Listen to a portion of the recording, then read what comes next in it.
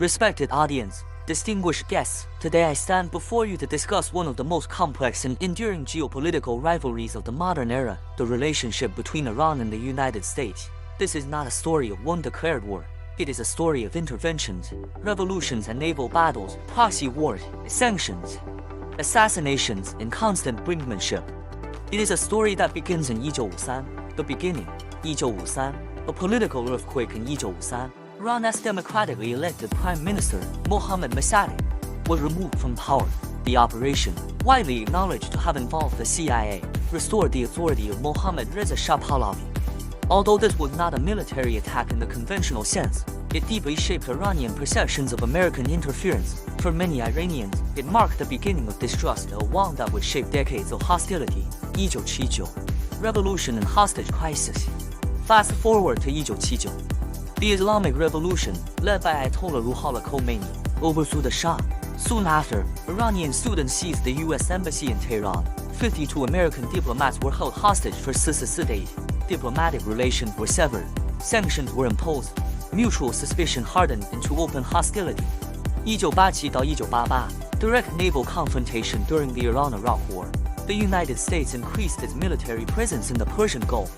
In 1988, the U.S. launched Operation Praying Mantis, the largest direct naval engagement between the two nations.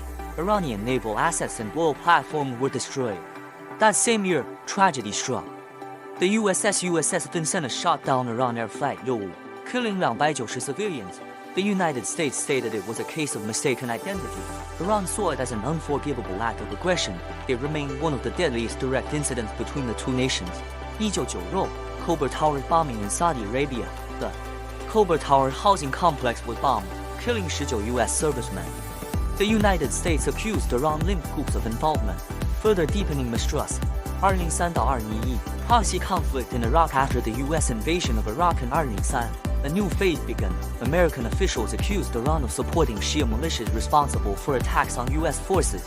Hundreds of American soldiers were killed. Thousands were wounded. This was not a declared war between Washington and Tehran, but it was a shadow war fought on Iraqi soil. 2015, the diplomatic breakthrough hope emerged in 2015 with the signing of the Joint Comprehensive Plan of Action. The agreement aimed to limit Iran's nuclear program in exchange for sanctions relief. For a brief moment, the possibility of de-escalation seemed real. 2018, withdrawal and renewed pressure in 2018. U.S. President Donald Trump withdrew from the deal and reimposed severe economic sanctions.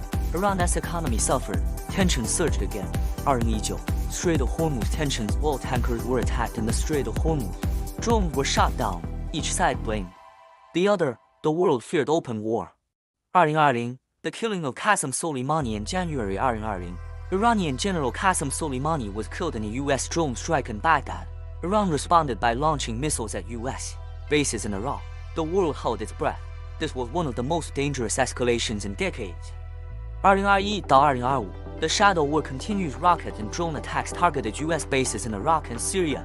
The U.S. conducted retaliatory strikes on militia positions. Meanwhile, the tensions involving Israel and Iran added another layer of regional instability. Still, no formal declaration of war. 2026, escalation. Without open war by 2026, sanctions remain in place. Iran has advanced its drone and missile capabilities. U.S. bases in the Middle East face periodic threats. Nuclear negotiations remain fragile and uncertain. Despite decades of hostility, there has still been no officially declared war between the United States and Iran. Yet the cycle of confrontation continues. The human and economic cost let us reflect on the consequences. The Iran-Iraq war alone claimed between 50,000 to 1,000,000 lives.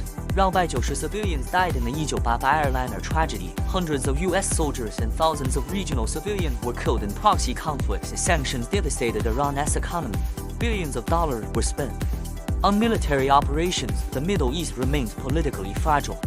And above all, ordinary people paid the price. Conclusion from 1953 to 2026. The United States and Iran have never fought a full-scale declared war, yet they have lived in a continuous state of confrontation.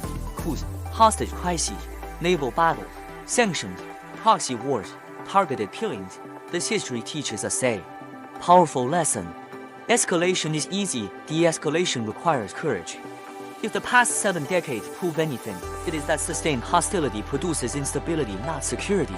The future depends not on missiles, but on diplomacy, not on retaliation, but on restraint.